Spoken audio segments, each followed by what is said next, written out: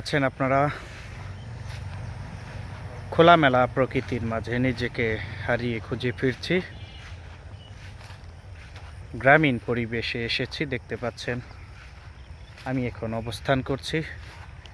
এটা দৌলতদিয়া নদীর পাশের একটি এলাকা। আসলে অনেক সুন্দর পরিবেশ, অনেক মনোরম পরিবেশ। দেখুন আমার পিছনে দেখতে পাচ্ছেন, আসলে অনেক সুন্দর মনোরম পরিবেশ।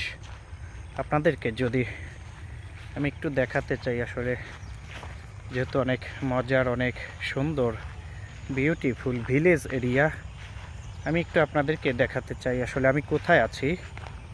জানি না কেমন লাগবে আপনাদের এই বিষয়টা।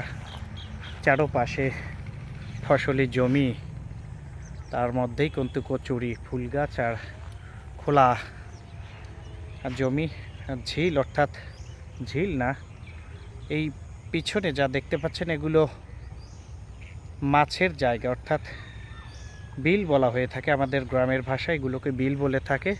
আর তার মধ্যেই কিন্তু অসংখ্য অসংখ্য মাছ। আমি পিছনের ক্যামেরা দিয়ে আপনাদেরকে একটু আপনাদেরকে দেখাচ্ছি গ্রামীণ পরিবেশ। দেখতে পাচ্ছেন কচুরি, ফুল গাছ, তার মধ্যে বিভিন্ন পশু পাখির ডাক, পানকৌড়ি যেগুলোকে বলা হয়, দূরে বসে আছে পানকৌড়ি, এখানকার মাছ শিকার করে থাকেন। গ্রামীণ পরিবেশ আসলে সত্যি সত্যি দারুণ, অনেক মজার পরিবেশ। আসলে গ্রামীণ পরিবেশে যারা থাকে তারাই কেবলমাত্র জানে গ্রামের মজা। গ্রামীণ পরিবেশ থেকে কিছুটা সৌন্দর্য উপভোগ করলাম, এখন চলে যাচ্ছি। দেখা হবে আপনাদের সঙ্গে অন্য কোনো জায়গায়।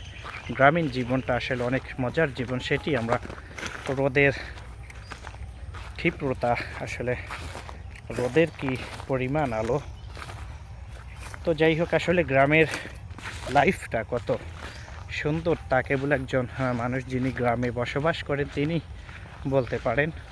তো সকলে ভালো থাকবেন, সুস্থ থাকবেন। আল্লাহ হাফেজ।